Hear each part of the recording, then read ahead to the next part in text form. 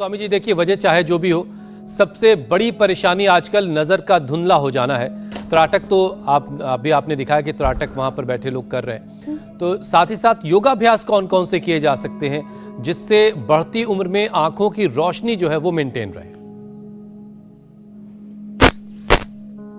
100 साल तक आंख अच्छी रहेंगी। पश्येम सरदह सतम जीवेम सरदह सतम शृणुयाम सरदह सतम प्रब्रवाम सरदह शतम अदीनाः स्याम सरदह सतम भूयश्च सरदह। 2 साल तक हम देखें, 100 साल तक हम जिए, सुने, खाएं, पिए, आनंद करें। बहुत टूट फूट होती है दिन भर तन में, मन में। सुबह उठ करके बॉडी को रिपेयर करने के लिए ओंकार के घोष उद्घोष पूर्वक नाद निनाद पूर्वक शीर्षासन करना। 1-2 मिनट से लेके 5 मिनट किसी ने शीर्षासन कर लिया तो 100 साल तक आंखों की रोशनी ऐसे फर्स्ट क्लास रहेगी जैसे हमारी दादी फत्तो दादी थी। वो 100 साल की उम्र में भी सुई में धागा पिरो दिया करती थी, इतनी अच्छी रोशनी थी। रोज घी खाया करती और आंख में भी डाल लिया करती। उसको इतना ही पता था। 3 चीजें बड़ी करते थे पहले बुजुर्ग लोग। एक तो सुबह उठते ही ये जो उसको बासा थूक बोलते हैं, माने मुंह में हाथ डाल के और उसको आंख के ऊपर लगा देना, अंजन कर लेना। अब तो हमने आई ग्रिट, सौम्य दृष्टि और पतंजलि का काजल भी बना रखा है। पहले यही किया करते थे, बासी थूक ऐसे मुंह में अंगुली डाल के उसको आंख पर ऐसे अंजन कर लिया। आज अंजन के 2 बहुत ही शुद्ध तरीके लास्ट में बताने वाले। अब तो हमने कहा ना आई ग्रिट सौम्य दृष्टि, फिर ये काजल भी बना दिया, बड़ा जबरदस्त है। एक दिन मैंने लगा लिया, 2 दिन तक हटा ही नहीं। बोला बाबा जी किसकी नजर से बचना चाह रहे हो? मैंने कहा भैया अपनी नजर अच्छी करना चाह रहे, हम पर किसी की बुरी नजर नहीं लग रही। तो ये शीर्षासन सर्वांगासन बहुत ही जबरदस्त है, आंखों के लिए बेस्ट है। 1-2 मिनट करें, कुछ लोग ना 10-20 सेकंड करते हैं, उसके बाद फिर जल नेति, सूत्र नेति और त्रिफला आयवास। और एक हमारी ज्योत्सना है जो नीचे ही नहीं आती। देखो ये जो घास पर नंगा चलना, चलो बेटियों तो ज्योत्सना की तो 125-150 साल तक नजर ऐसे ही बरकरार रहेगी। इनकी दृष्टि भी अच्छी है, इनका दृष्टिकोण, इनकी नजर और इनका नजरिया भी बहुत अच्छा है। और आपका भी same to you Meenakshi ji, and now Hussain same to you also. आप तो हमारे बहुत अच्छे भाई हैं। ये अनुलोम विलोम इतना ज्यादा करते हैं, ये जो लाभ शीर्षासन से होता है, जो लाभ सर्वांगासन से होता है, वो अनुलोम विलोम से भी हो जाता है।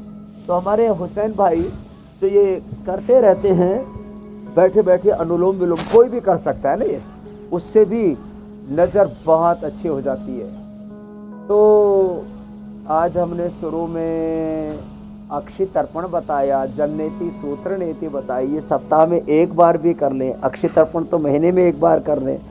पूरा ना हो पाए तो बस आंखों में लास्ट में हम बताएंगे आंशिक अक्षी तर्पण, ये तो पूर्ण अक्षी तर्पण है। तो सप्ताह में या महीने में भी ये चीजें कर लेना तो वातज पित्तज कफज।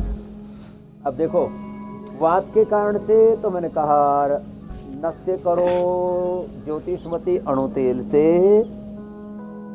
कफ भी उससे दूर हो जाएगा। और हम निर्गुंडी का भी रस डालते हैं आंख में। फिर आज 2 चीज और बहुत गहरी बताने वाले हैं कि घर में रह करके कुछ ऐसी चीजें कर लें जिससे कि 100 साल नजर अच्छी रहे। फिर जल नेति सूत्र नेति अक्षी तर्पण के साथ साथ त्राटक के साथ साथ अब घास पर नंगी चलो बेटियों, घास पर नंगा चला करें, बड़ा जबरदस्त है। और आंवला भी बहुत आ गया है, आंवला, भृंगराज, त्रिफला स्वामी जी, और इसमें सप्तामृत लो मिला करके इसका एनिमा ले लिया करें। सप्ताह में 1 बार भी ले लिया ना तो 100 साल तक नजर अच्छी रहेगी। और पहले हम आमल के रसायन 200 ग्राम, सप्तामृत लो 20 ग्राम, मुक्ता शुक्ति 10 ग्राम, मोती पिष्टी 2 से 4 ग्राम, उसमें वसंत कुसुमाकर रसराज या योगेंद्र आवश्यकता के अनुसार कफ कोल्ड है तो स्वर्ण वसंत मालती मिला करके दे दिया करते। अब इनकी सबकी जरूरत ही नहीं, हमने दे दिया है अब लोगों को आई ग्रिट। पहले तो ये सब पाउडर मिला के खिलाते थे, अभी भी खा रहे हैं लोग इसको भी।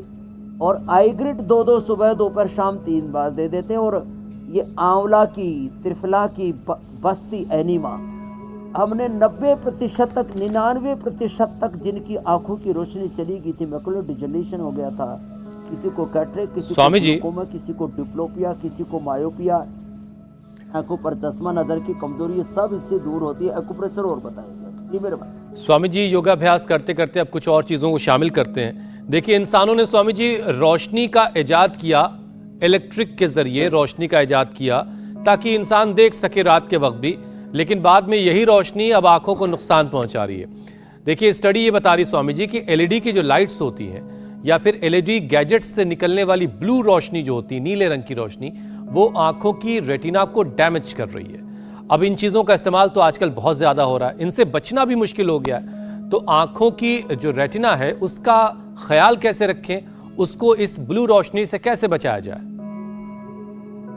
देखो, संघर्षों के बीच में, झंझावातों, आंधी तूफानों के बीच में, प्रदूषण के बीच में, प्रदूषण ही आंखों का बड़ा दुश्मन था। प्रदूषण में air pollution, water pollution, soil pollution, सब प्रकार का पोल्यूशन किसी न किसी रूप में हवा से, मिट्टी से, पानी से, खान पान से हमारे भीतर जा रहा था। ये प्रकाश प्रदूषण, ये लाइट पोल्यूशन, इसको हम लाइटली ले रहे थे, लेकिन प्रकाश भी ज्यादा हो जाए, अति सर्वत्र वर्जयित, जो हमारी मीनाक्षी बहन जी भी बीच बीच में बोलती रहती है, जो ऋषियों ने सूत्र दिया, ज्योत्सना जी भी बोलती रहती है। तो ये अति प्रकाश, और ऐसे कुछ तो लोग ऐसे चकाचौंध रखते हैं घरों में, अरे साहब ऐसा लगता है कि उन्होंने ये दुरुपयोग भी है। इससे एक लाइट पैदा करने में कितना पोल्यूशन होता है। ज़्यादातर तो अभी भी कोयले से, फिर जो है कहीं अब तो पंचक्कियाँ भी हैं, और वो पंखे भी लगा देते हैं हवा में, उससे भी प्रकाश पैदा करते हैं, और सोलर से भी करते हैं। लेकिन ज़्यादा प्रकाश का, रात को तो बहुत ही मंद लाइट होनी चाहिए, बहुत ज़्यादा चकाचौंध। मैंने करोड़ों रुपए अपनी संस्था में बचाए, बहुत ज़्यादा लाइट जला के रखते थे, उससे खर्चा भी ज़्यादा आता है, प्रकाश प्रदूषण भी होता है। इन सब से बचने और बचाने की ज़रूरत है। तो खैर अब क्या करें?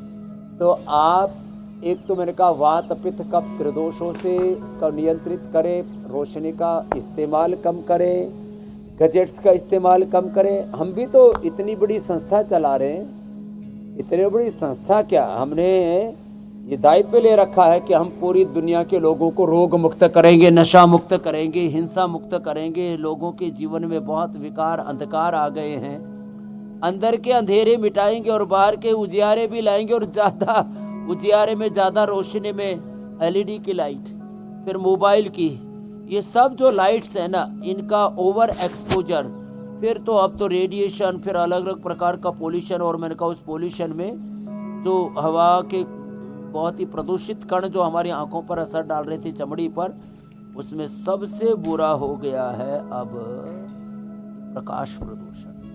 अरे साहब, आप तो एलईडी की बात कर रहे हो क्या? ये हमारे जंगल का एरिया भी काफ़ी उधर कोहरा सा छाया हुआ है। यहाँ जंगल के एरिए में यहाँ पर लाइट नहीं जला सकते, गवर्नमेंट ने नहीं बना रखा है। आप लाइट जलाते हैं तो परसों में इनफर्टिलिटी हो जाती है, आंखों की बीमारी होती है, उनको भी स्ट्रेस होता है, इनफर्टिलिटी, उनके ठीक से बच्चे पैदा नहीं होते।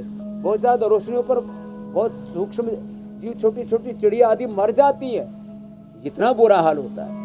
तो हमें थोड़ा इसके प्रति सजग तो होना ही पड़ेगा कि over exposure of light, over exposure of LED, over exposure of technology, gadgets, over exposure of ये जो सबसे ज़्यादा रेडिएशन बहुत खतरनाक है। तो इन सब को के बीच में कैसे रहना?